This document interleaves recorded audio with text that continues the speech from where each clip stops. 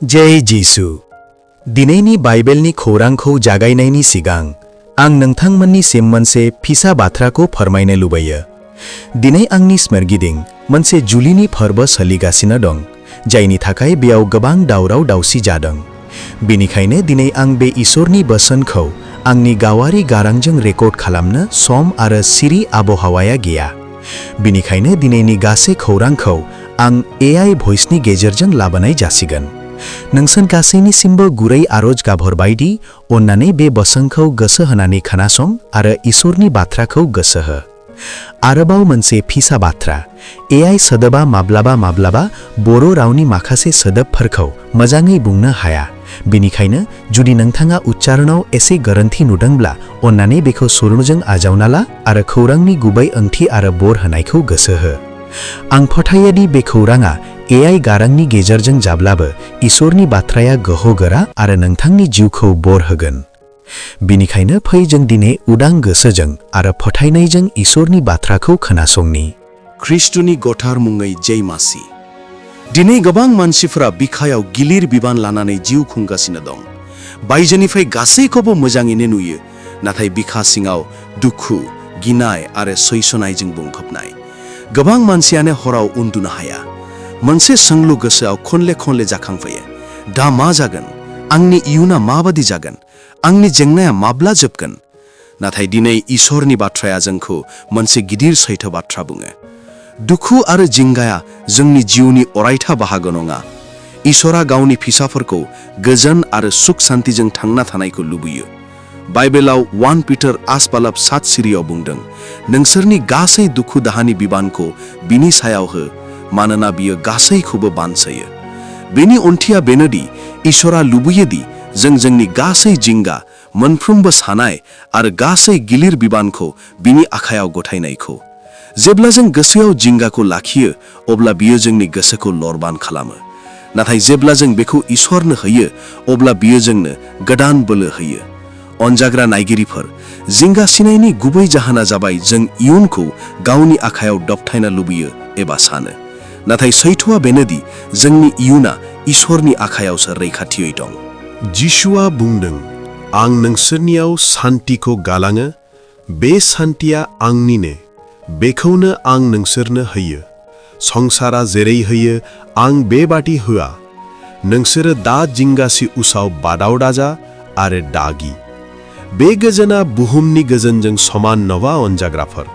संसारनि गोजोना जाथायफोरनि सायाव सोनारो, नाथाय जिसुनि गोजोना थासारिफोरनि गेजेरावबो गोसोखौ दिदोम लाखियो आरो गोजोन सुख सान्तिखौ होयो।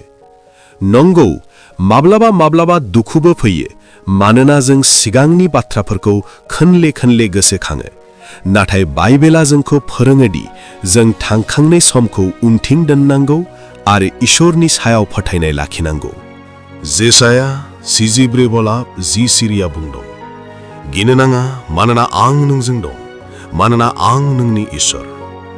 इसोरा जोंजों लोगोआव थाब्ला जोंहा गिनांगौ गैया। जिंगाया जोबो जेब्ला जों इसोरखौ फोथायो, थासारिफोराव नङा।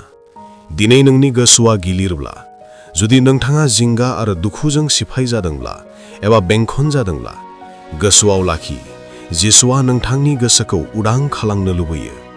जेब्ला जों आरज खालामो, अब्ला इसोरा जोंनि गोसोनिफ्राय दुखु एबा उसुबिदाखौ बोखारो आरो जोंखौ गोजोनजों आबुं खालामो। जेब्ला जों बिनि बाथ्राखौ फरायो, अब्ला जोंनि गोसोआ गोख्रों जायो, आरो जेब्ला जों इसोरखौ फोथायो, अब्ला दुखुआ लासै जोंनि जिउनिफ्राय गोजान जानो हमो। बेखायनो दिनैनिफ्रायनो थिरांथा ला, आं आंनि जिंगाखौ हमथानानै थाया, नाथाय बेखौ इसोरनि आखायाव गथायगोन। दा फै जों बयबो जयै मोनसे गोख्रों आरज गाबनि। स्वर्गनि बिफा इसोर, जों दिनै नोंनि गोथार मुङाव नोंनि सिगाङाव फैदों। इसोर, नोङो जोंनि गोसोखौ मिथिगौ। नोङो जोंनि मोनफ्रोमबो सिन्था, मोनफ्रोमबो सानाय आरो मोनफ्रोमबो मोदै नुयो। इसोर जिसु, दिनै जों जोंनि जिउनि गासै जिंगाखौ नोंनि आथिङाव दोनो। जाय गिनाया जोंनि गोसोखौ नारसिनगासिनो दं, जाय गिनाया जोंनि गोसोआव खस्थ' लाबोगासिनो दं, बेखौ जों दिनै नोंनो गथायबाय। इसोर, नोंनि बाथ्रायाव लिरनाय दं दि नोङो जोंनो नोंनि गोजोनखौ होयो। दिनै जोंनि गोसोखौ बै गोजोनजों आबुं खालाम, जेराव दुखुआ दं बेखौ गोजोनजों आबुं खालाम। जेराव गिनाय थायो बेयाव फोथायनायखौ सोमजिहो।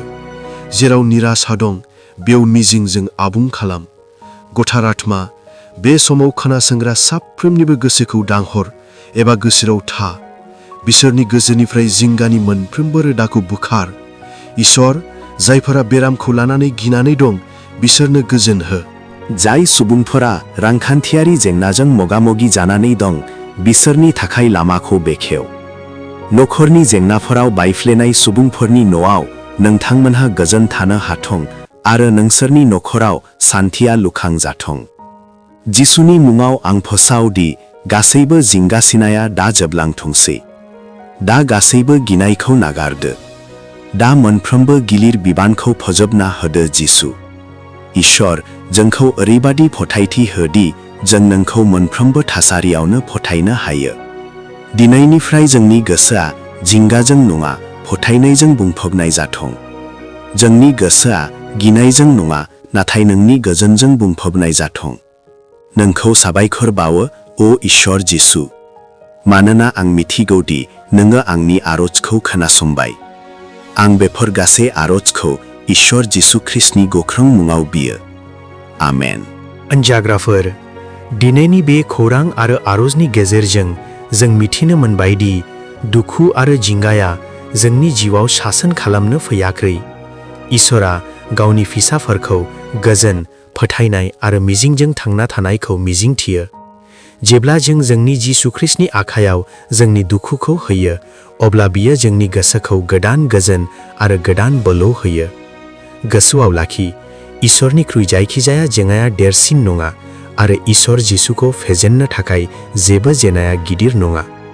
बिनिखायनो दिनैनिफ्राय नोंथांनि गोसोआव फोथायनाय लाखिदि नोंथांनि थासारिफोरा जेखि जाया मानो इसोरा अरायबो नोंथांजों लोगोसे दं। जेब्लानो नोंथांनि जिउआव दुखु आरो जिंगाया फैयो अब्ला थाबैनो आरज खालाम, इसोरनि बाथ्राखौ फराय आरो बिनि सायाव फोथायनाय लाखि। लासै लासै नोंथाङा नुगोन दि इसोरनि गोजोन आरो दैदेननाया नोंथांनि जिउखौ आबुं खालामनो हमबाय। जुदि बे खौरां आरो आरज गाबहरनाया नोंथांनि जिउनि थाखाय बोर जादोंब्ला बे भिडिअखौ लाइक, शेयार आरो साबस्क्राइब खालामनो दाबाव, जाहाथे इसोरनि बे गोथां बाथ्राया गोबां मानसिफोरसिम सौहैनो हायो आरो बिसोरनि जिउआबो बोर मोननो हायो। आंनि चेनेला ख्रिस्टियान रादाब आरो बोसोन। नोंथाङा बाइबेलनि गोहोगोरा खौरांफोर, आरज आरो इसोरारि फोरोंथायफोरखौ मोनबाय थागोन जाय नोंथांनि फोथायनायखौ गोख्रों खालामगोन आरो नोंथांखौ इसोरनि खाथियाव लाबोगोन। इसोरा नोंथांखौ आरो नोंथांनि नखरखौ बोर होथों। जिसु ख्रीष्टनि गोजोन आरो दैदेननाया नोंथांनि जिउआव अरायबो थाथों। ख्रीष्टनि जय जाथों। बेसेनोसै।